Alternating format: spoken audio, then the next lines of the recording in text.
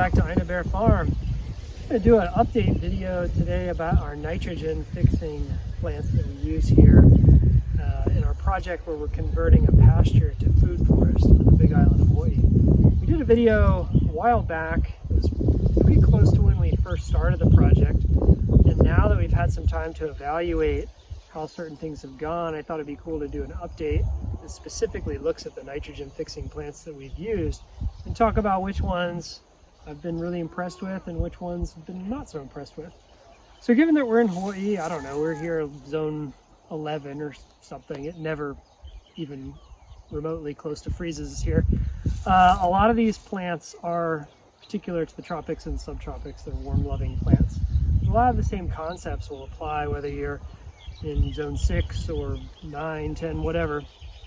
And for starters, if you're not familiar with nitrogen fixing plants and their important role in developing a food forest, they have a symbiotic relationship with bacteria in the soil. And those bacteria form little nodules around the roots. And these bacteria help to take nitrogen out of the oxygen that's in the, or they take nitrogen out of the air that's in the soil and convert it into a form of nitrogen that can be uptaken by those plants. A lot of that nitrogen is used by those plants themselves, but as they form a network with other plants around them, they will often share that excess nitrogen with the plants nearby. And so they can be really good plants to plant around your other plants because they share extra nitrogen with those plants. They will also bank nitrogen in the soil, and there's a few ways that they do that. One of which, as a person who's trying to improve your soil, is to just cut the plant down at some point, and then all that nitrogen that's banked around those roots will then get released into the soil. Another thing would be to, once the nitrogen is uptaken into the leaves, you can chop and drop that material and use that as mulch, and then you're taking that extra nitrogen and feeding it back to your other plants. So the first one we'll talk about is the pigeon pea, which I'm standing next to, a place where we just scattered some seed as we were replanting this spot. We've got it mixed in with some roselle, some flowers, some Mexican sunflower, and here we just mixed it in almost like a cover crop just to let it fill in. It's pumping in nitrogen. You can see it's really nice and green even though we haven't done much with it. That's all that nitrogen that it's making for itself. And this is a plant that can get really big. In a minute we will show you the remnants of some older pigeon pea that we planted in our garden so we can kind of talk about how it does get really full size. But I wanted to start by showing how it's a really good plant to just scatter around your other plants if you've got plenty of seed like this. Let's go check out the version that we were just recently cutting down in the garden. So I wanted to show our pigeon peas that have been in the ground for a while. We put these in, planted them by seed about 1.5 years ago. And we put them in the garden for two reasons. One was to get more seeds. We had limited amount in the beginning. And this was a particular variety that I really wanted to plant quite a bit of because it is a good food variety. So I'll show you some of the dried peas here. These are really good dried, eaten as a bean or lentil type of food. You can also eat them green in the pods right off of the plant. Good source of protein. It's kind of a survival food because you can plant this somewhere and just forget about it. Really low maintenance, but it can take a little bit of time to produce the seeds. We planted them in the late fall, winter. And the problem is they don't really flower until the daylight hours start going down. So we had to wait all the way till the next winter to get a harvest off of them. So it's not like a bush bean or even like a pole beans that, you know, might be anywhere from 60 to 90 to 100 days and you're getting beans off of it. This is a little bit more of a time investment. But you also have the added benefits that it fixes nitrogen, which is the other reason that we put it in our garden. We made a long hedge of it, which we've started clearing today. It was up around 10 feet tall, and as you can see, it produced a lot of biomass. So we're going to chop this all up and just feed it back to our garden beds. And I also wanted to show you the stump here, so you can kind of get an idea of size of these. So here's the stump in a year and a half. We're talking about 5-inch diameter base there. So they can get tall and bush out, provide shade. We just found this, so even a little bit of habitat. That's kind of cool. Sad that we're taking it down now, I guess. But just a really great all-around plant, nitrogen fixing, food producing, biomass accumulating, shade producing. Yeah, just a great plant. So I wanted to show you kind of like the end product of how we're using Pigeon Pea here, and we'll be back to show you more in just a minute. Here above me is another plant that I would say has been a mixed bag. This is a monkey pod tree. This was grown from a seedling that was maybe 2 feet tall. We put it in the ground a year and a half ago. Now, as you can see, it's way overhead. So this is serving obviously the nitrogen fixing component, but it's also producing shade. Being that we're converting a pasture to a food forest, we came onto a property with pretty much no trees existing on it already. So we had no shade.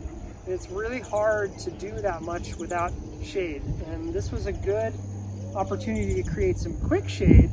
However, we've got 4 of these in the ground, 2 from seed, 2 from seedlings. And this one has far outpaced all of the other ones. The other one that was seedling was put in the ground at the exact same size and is just now maybe 5 feet. I do have one planted from seed that's maybe 6 feet tall. So that's pretty good, a year and a half, 6 feet tall.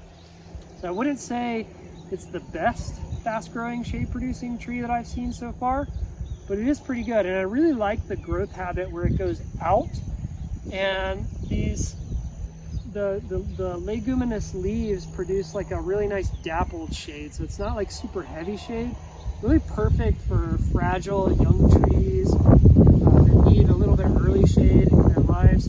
And then you can come back and just chop it down later once you're ready to let them grow up into a taller canopy. And then right behind me, I want to show something that's kind of like the exact opposite of that. Right behind Lucky, the farm cat here. This is Perennial Peanut, which we use for ground cover. This is also a nitrogen fixer. It spreads. This is widely becoming one of the most popular ground cover plants, not just for permaculturists, but for all kinds of gardens in warmer areas, because it's better than grass in the sense that it's fixing nitrogen in the soil. So it's not only is it not competing with your other plants that it's around, but it's actually helping them and feeding them and giving a ground cover. It does an okay job of keeping the weeds down, but you definitely have to stay on top of it while it's getting established and pull lots of weeds out of it. But it's really nice looking once it forms a dense mat carpet. You can walk on it like grass. I think that the flowers are technically edible, although I don't hear people really making much of a fuss of them, like they're anything good. There's no nut, like an actual peanut to eat, but the plant really does resemble closely the actual peanut. But that's a great ground cover option as a nitrogen fixer. That's definitely a winner for us here. So I'm standing next to another plant that's been pretty good for us. This is the Sunn Hemp, and it stays in a nice compact shrubby size, so that kind of helps. It's not going to be like a huge tree that you have to worry about managing. I've had them get up to a little bit taller than I am, 6-7 feet tall, and then they pretty much just die and all that biomass is released. They produce a lot of seeds, so for every plant that you grow like this probably has 1,000 seeds on it, and that's 1,000 new Sunn Hemp plants if you want it. So that's one of the things that's really great. The flowers are very pretty. They attract pollinators and bees. It's a great fast growing shrub. So if you want it to surround your young trees really quickly, you can get a little bit of wind protection when they're really small, a little bit of early morning, late day shade. This has been a pretty good one, especially if you have a lot of area that you want to cover. You can just throw down a ton of seeds for this. Then we'll walk over just a few feet away and look at one of our winners for really putting on some height. Here's some more of that Pigeon Pea. This is the ice cream bean. This is maybe my favorite nitrogen fixing plant that we use for a few reasons. One is because of the height that it puts on in pretty quick time. This went in as a 2-foot seedling a year and a half ago, and now, I don't know, maybe 12, 14 feet high. I also like it drops a lot of leaves, which I really like too, because you get a lot of leaf litter that creates its own mulch and that helps the nearby plants as well. And then it creates these cool pods that have like a juicy, fluffy white material in there. That's how it gets its name, ice cream bean. It's a sweet tasting substance. I don't know, my kids really like it. I'm not huge on it, but I think kids probably universally would like it just because it's got a very sugary kind of flavor to it. But we've grown this from seed and had the seedlings shoot up. The seedlings get really big. Definitely really like this tree. I like how fast it grows, and I like the way that it grows on top of that. All right, I'm standing next to a native acacia tree. This is our koa here in Hawaii. This is a really important tree in Hawaii. It's been used a lot for lots of building materials, furnitures, different just cultural objects. Has a really beautiful grain wood to it. So a lot of people grow this for the lumber. It's not typically grown as a nitrogen fixing, fast growing tree, but I think it does have some potential for that. However, we put 10 in the ground. This is the only one that grew like this. This thing is at least 15 feet high. The others, several of them died completely. We've got, I think, one other one that's maybe 4 feet high, and then a new seedling that's doing pretty good. I think I have figured out that I need to take a little bit more care of them. This one, I don't know, it just found its spot and it just shot up. But usually when I plant a nitrogen fixing tree, I kind of think, hey, it's the nitrogen fixer, so I'm just going to stick it in and walk away. If it goes, it goes.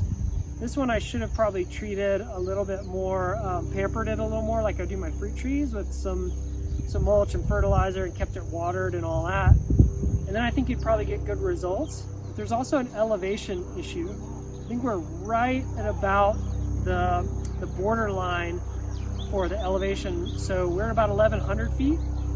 Really, I think likes about 2,000 feet is the sweet spot, and even a little bit higher.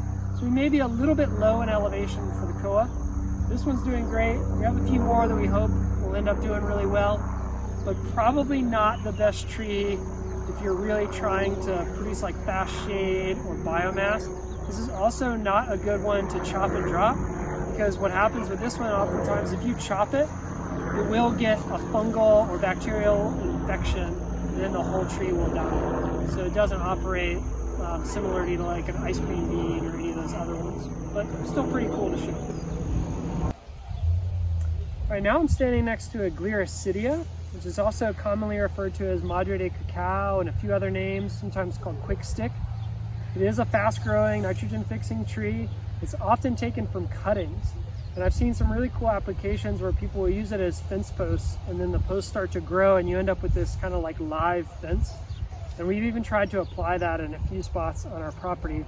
Unfortunately, we've put it along the fence line that shares with a pasture full of cows, and apparently cows really like to eat it. That hasn't worked out so well.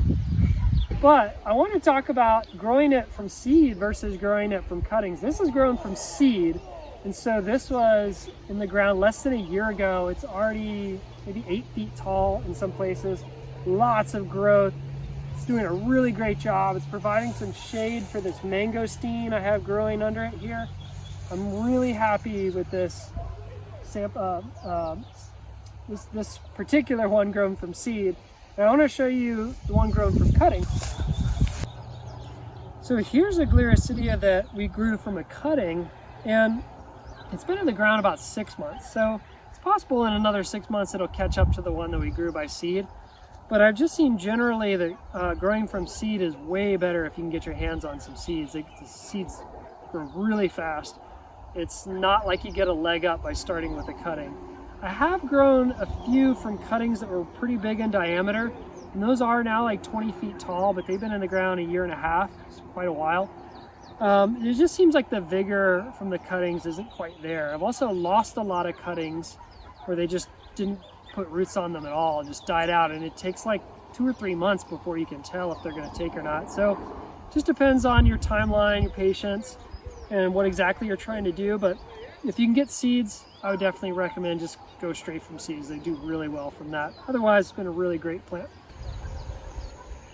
So now I want to look at a couple examples of ones that I wouldn't say that they were like a total bust, but they didn't serve the function that I was hoping for. And so they're ones that I don't really plan on planting any more of. So this is a type of Poinciana. This one I think is like a pride of Barbados. It's, I just saw this at like a commercial landscape place, you know, like growing in a commercial landscape, and it had seed pods, so I grabbed some. They have these really beautiful flowers and the beautiful feathery leaves. It's got the legume style look to it, so I could assume as a nitrogen fixer. And then I was thinking it was going to get much bigger. I don't know why. But it stays pretty shrubby like this. It's also got some mean thorns on it, and it does produce really nice flowers. So it is an okay landscape plant. Just next to it is a wild crotalaria, so you can ignore that. Not part of this. But yeah, make some nice flowers, but just not exactly what I wanted. I'm not into increasing the amount of thorns that we have here. And it doesn't get very big, doesn't produce a lot of biomass. But, you know, still happy to have it as a little bit of diversity.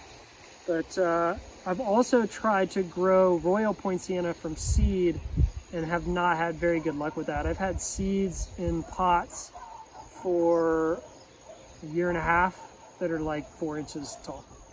So those trees, they're huge and beautiful, and I see them all over the place. So I don't know, maybe it's just a variety or something, or the seeds I have weren't that great. But I'd love to have a Royal Poinciana at some point. The red flowers that it blooms are incredibly beautiful, and got a little bit of a similar shape to the monkey pod that we talked about in this video, but it has leaf shape more like this. Right here is a Leucaena or Leucaena. I've also heard it referred to as river tamarind, white lead tree from the flowers, and here in Hawaii it's often referred to as halekoa. It's an interesting tree because it's cursed by a lot of people in Hawaii because it's kind of invasive. It will show up in certain places. It spreads a ton of seeds. And once it shows up, it's hard to get rid of. A lot of that's because it's a nitrogen fixer. It'll grow in places that other trees won't grow. And I've seen a lot of people use Leucaena in permaculture, and I was expecting good results. I planted a lot of it. This is by far the best one that we have grown so far, and it's maybe 4 feet tall. So really haven't been impressed with this in comparison with a lot of the other ones, especially when given the negative issues with this plant. Now I know that, you know, you can prune off a lot of the side shoots to force it to go taller. And I think that there are probably good applications for this plant, but trying to convert a pasture to food forest, this just really hasn't been a winner in terms of biomass or shade or really anything. I'm still glad to have it. It's an interesting tree, and we'll probably just cut off the seed pods so that it doesn't go crazy and spread everywhere, and keep it around for a little while and see how it does. But really hasn't been an amazing tree for us so far. So we'll finish up this video next to this Gliricidia. This is another one grown from seed that we're really happy with. Also tucked in next to some Sunn Hemp, so we're using those in combination with like a lower bushier material and then a little bit more of an overstory tree. We are trying out a couple other native nitrogen fixers here. One is called Mamane and the other is called a Wiliwili. They're both legume family trees that fix nitrogen. and we'll see how they do. Mamane, we're told, grew all over this area before a lot of it was cut down for sugar plantations a long time ago. So we're hoping we can bring it back. The flowers attract a lot of native birds. It's a beautiful tree. And then Wiliwili is just a really interesting, fast-growing legume tree that can take all kinds of different shapes depending on the climate that it's growing in on the island, the elevation, the amount of rainfall you get, all that type of stuff. So we'll see how those do, maybe give an update on those at some point down the road. But hopefully that was interesting. I know I've learned a ton about all these different plants in the 2 years that we've been here. And if I had to do it all over again, I would immediately get my hands on tons of pigeon pea seeds right away, tons of ice cream bean seeds right away, and get a lot of those in the ground. And then Gliricidia as well. We'd have probably a whole forest of this size at this point if that had been our focal point in the beginning. But you have to do a little bit of trial and error, and every farm is different. Whether you're in Hawaii on a different island, whether you're at a different elevation, or you're on the dry side, the wet side, year to year it can be different. So you have to learn a little bit by doing. But hopefully this will help you to skip some of those years of trialing a little bit for yourself. But let me know in the comments section if you have any questions that are unanswered, or any other interesting examples of nitrogen fixing plants or trees that you use in the subtropics or tropics. And then remember, we how to farm in Maryland too, so I could even answer questions about nitrogen fixers that we used in a temperate climate as well. So let us know, give us a shout, and stay tuned. We'll have our big epic 2-year-old food forest video tour coming up pretty soon, sometime in July. And then we'll keep trying to crank out some other videos for you guys. Until then, aloha.